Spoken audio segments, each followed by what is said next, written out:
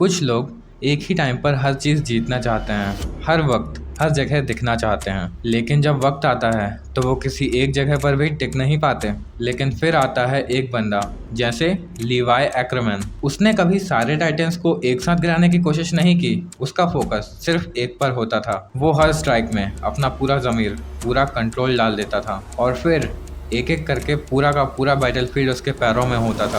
और हाँ, अगर तुम ये वीडियो देख रहे हो ना, तो चैनल को सब्सक्राइब करना बिल्कुल मत भूलना, क्योंकि ये यूट्यूब का इकलौता ऐसा चैनल है जहाँ तुम्हें एनिमे के साथ टाइमलेस विजडम मिलने वाली है, जैसे 48 laws of power, art of seduction और even Shrimad Bhagavad Gita. So if you are watching this, don't miss the journey, subscribe now.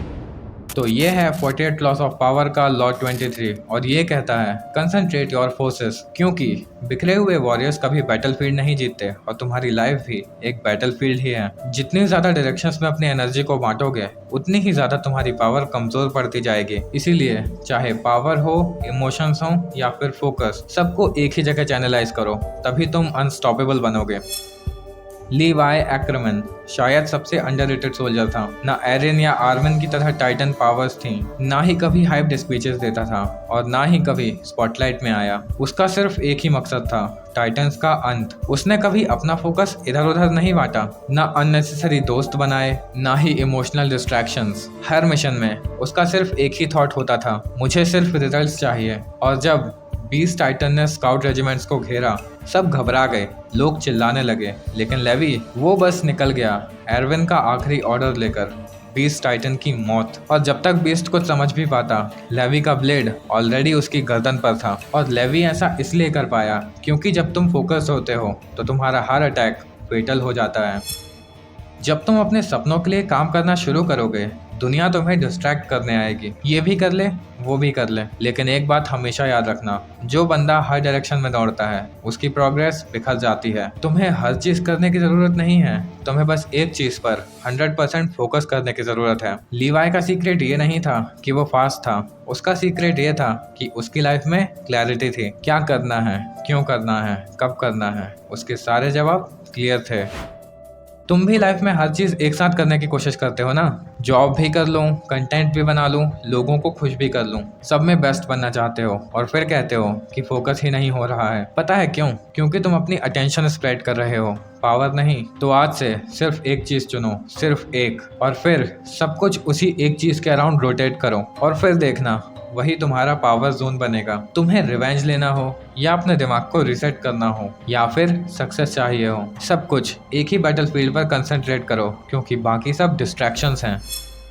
तुम्हारा दिमाग एक लेंस की तरह है, जब स्कैटर्ड होता है तो सिर्फ रोशनी देता है, लेकिन जब फोकस्ड होता है तो आग भी लगा सकता है। इसीलिए हर जीनियस, हर वॉरियर, हर लीडर की सक्सेस के पीछे का राज सेम होता है, फोकस्ड ऑब्सेशन। क्योंकि मल्टीटास्किंग से तुम बिजी तो बन सकते हो, लेकिन पावरफुल कभी नहीं। इसीलिए जिंदगी में हमेशा एक चीज याद रखना, अगर सब कुछ चाहोगे तो कुछ भी नहीं मिलेगा। अगर हर चीज ट्राई करोगे तो किसी में भी मास्टर नहीं बन पाओगे, लेकिन अगर एक चीज में जान लगा दोगे तो उसके अराउंड सब कुछ तुम्हारा हो जाएगा। और अगर तुम्हें लगता है कि ये सिर्फ लीवाई ने किया, तो एक और नाम याद रखना, ज़ेनित्सु अगात्सुमा। उसे पता था कि वो कमज़ोर है, वो ये भी जानता था कि वो कभी भी एक मास्टर स्वॉर्ड्समैन नहीं बन पाएगा, लेकिन उसने अपने मास्टर की एक बात दिल से याद रखी कि ज़ेनित्सु, अगर तुम 6 फॉर्म्स नहीं सीख सकते तो कोई बात नहीं, एक ही सीखो, लेकिन उस एक में अपना पूरा ज़मीर लगा दो। और फिर क्या था, ज़ेनित्सु ने अपनी सारी जिंदगी एक ही टेक्निक पर लगा दी, thunder breathing, first form, thunder clap and flash. वो प्रैक्टिस करता रहा हर रोज, सालों तक। सब लोग उसका मजाक बनाते थे, कहते थे कि इसे तो सिर्फ एक ही फॉर्म आता है, लेकिन उसने सबको इग्नोर किया, क्योंकि उसने उस एक बेसिक मूव को इतना परफेक्ट बनाया कि आखिर में उसी से उसने अपना 7th फॉर्म बना लिया, thunder breathing, 7th form, flaming thunder god. और जब उसने तलवार उठाई, उसके दुश्मनों के चेहरे पर सिर्फ एक ही चीज थी, खौफ, क्योंकि जो मूव सबको बेसिक लगता था वही उसका अल्टीमेट वेपन बन चुका था। उस एक मूव में मास्टरी ने उसे सबसे खतरनाक बना दिया।